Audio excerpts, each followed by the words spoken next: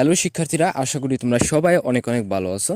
2023-24 শিক্ষাবর্ষে চট্টগ্রাম বিশ্ববিদ্যালয়ের অধিভুক্ত করা হয়েছে সরকারি 9টি কলেজকে। যে সরকারি 9টি কলেজ তোমার জাতীয় বিশ্ববিদ্যালয়ের অধীনে ছিল 2024-25 শিক্ষাবর্ষ থেকে বোধহয় এই কলেজগুলোতে চট্টগ্রাম বিশ্ববিদ্যালয়ের অধিভুক্ত হয়েই শিক্ষার্থী ভর্তি নেবে।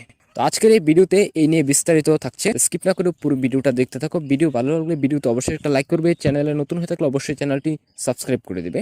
অলরেডি সাবস্ক্রাইব করে থাকলে সবাইকে অসংখ্য ধন্যবাদ। চট্টগ্রামের আরও সরকারি 4টি সরকারি কলেজকে চট্টগ্রাম বিশ্ববিদ্যালয়ে অধিভুক্ত করা হয়েছে। শিক্ষা মন্ত্রণালয়ের উপসচিব রোকসানা বেগমের স্বাক্ষর করা এক প্রজ্ঞাপনে এসব তথ্য জানানো হয়েছে। এর আগে গত 4 এপ্রিল শিক্ষার মান উন্নয়নের লক্ষ্যে চট্টগ্রাম নগরের 5টি সরকারি কলেজকে অধিভুক্ত করা হয়েছিল। এর পরবর্তী প্রজ্ঞাপনে বলা হয়, প্রধানমন্ত্রী কর্তৃক প্রদত্ত নির্দেশনা ও অনুশাসন বাস্তবায়নের লক্ষ্যে নিম্মুক্ত 9টি অর্থাৎ পুরাতন 5টি সহ নতুন আরও 4টি সরকারি কলেজকে চট্টগ্রাম বিশ্ববিদ্যালয়ের অধিভুক্ত করার জন্য পদক্ষেপ গ্রহণ করা হয়েছে।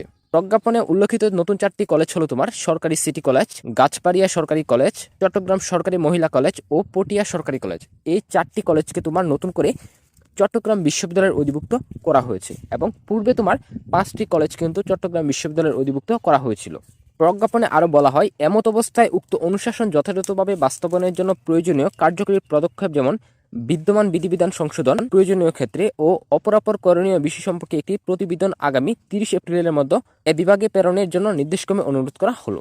উল্লেখ্য যে এর আগে তোমার যে সরকারি কলেজগুলোকে চট্টগ্রাম বিশ্ববিদ্যালয়ের অধিভুক্ত করা হয়েছিল, চট্টগ্রাম সরকারি কলেজ, হাজী মোহাম্মদ মহসিন সরকারি কলেজ, স্যার আতুশ সরকারি কলেজ, সরকারি কমার্স কলেজ ও সাতকানিয়া সরকারি কলেজ।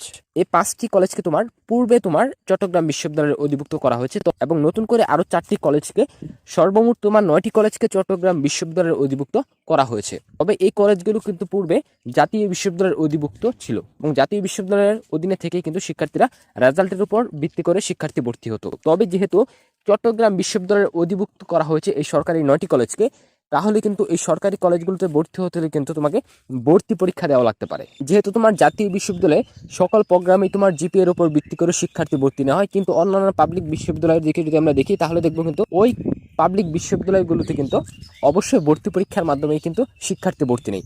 যেরকম রয়েছে তোমার দাবি অধিভুক্ত 7 কলেজ, এই 7 কলেজে কিন্তু ভর্তি পরীক্ষার মাধ্যমে শিক্ষার্থী ভর্তি নেওয়া হয়।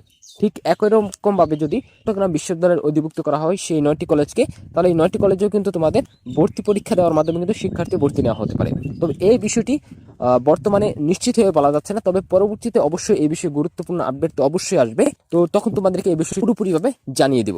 তার জন্য তোমাদেরকে অবশ্যই আমাদের এই চ্যানেলটি সাবস্ক্রাইব করে রাখতে হবে। সো শিক্ষার্থীরা, এই ছিল তোমার 9টি কলেজ নিয়ে সর্বশেষ আপডেট। পরবর্তীতে যদি কোনো তথ্য আসে অবশ্যই তোমাদেরকে জানাবো। তো শিক্ষার্থীরা, আজকের মতো এ পর্যন্তই। দেখা হচ্ছে আগামী ভিডিওতে। ততক্ষণ পর্যন্ত সবাই ভালো থাকো, সুস্থ থাকো।